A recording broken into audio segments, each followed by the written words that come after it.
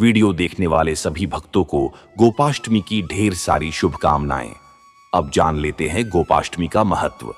कार्तिक मास के शुक्ल पक्ष की अष्टमी तिथि को गोपाष्टमी का पवित्र पर्व मनाया जाता है। यह दिन गौ माता की पूजा और गौ सेवा के लिए समर्पित है। इस दिन भगवान श्री कृष्ण और बलराम जी के साथ गायों की पूजा की जाती है। गोपाष्टमी को गौ पूजन दिवस भी कहा जाता है। गोपाष्टमी की पौराणिक कथा ध्यान से सुनो। प्राचीन काल में श्री कृष्ण नंद बाबा के पुत्र गोकुल में निवास करते थे। बचपन में वे अपने बड़े भाई बलराम जी के साथ गायों के बछड़ों की सेवा किया करते थे। दोनों भाई रोज सुबह सुबह बछड़ों को लेकर यमुना किनारे जाते, उन्हें चराते, उनके साथ खेलते और खूब आनंद करते थे। उनके साथ सभी गोप बालक भी खेलते हुए गायों की सेवा में लगे रहते थे।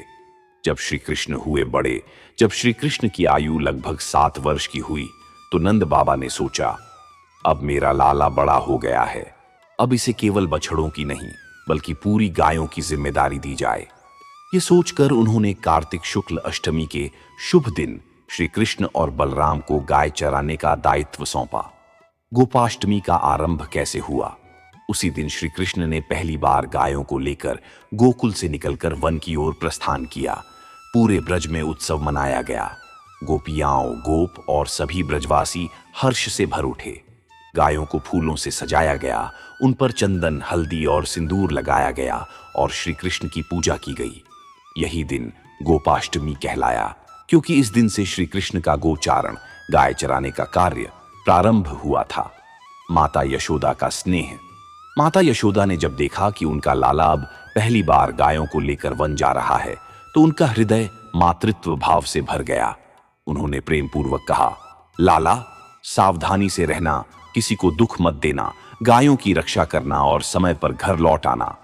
माता ने श्री कृष्ण को सुंदर पीतांबर पहनाया, गले में मोर पंखों से सजी माला डाली, माथे पर तिलक लगाया और प्रेम पूर्वक आशीर्वाद दिया, हे कृष्ण, तुम और बलराम सदैव गौ माता की रक्षा करो। अब गायों की पूजा का धार्मिक महत्व सुनो। शास्त्रों में कहा गया है, गावो विश्वस्य मात्रः, अर्थात गायें समस्त संसार की माता हैं। गाय के शरीर में सभी देवी देवताओं का वास बताया गया है। ब्रह्मा जी गाय के मुख में, विष्णु जी उसके गले में, शिव जी मस्तक में, लक्ष्मी जी उसके शरीर में और सभी तीर्थ गाय के चरणों में निवास करते हैं। इसलिए गोपाष्टमी के दिन गायों को स्नान कराकर उन्हें पुष्पमाला, चंदन, हल्दी और गुड़ अर्पित किया जाता है। फिर गायत्री मंत्र, गोमाता की आरती और श्री कृष्ण की स्तुति की जाती है। जो भक्त गोपाष्टमी के दिन श्रद्धा से गोमाता की पूजा करता है, वह सभी पापों से मुक्त होकर सुख, समृद्धि और मोक्ष प्राप्त करता है। गौ सेवा करने वाले व्यक्ति पर माता लक्ष्मी और भगवान श्री कृष्ण की कृपा सदैव बनी रहती है।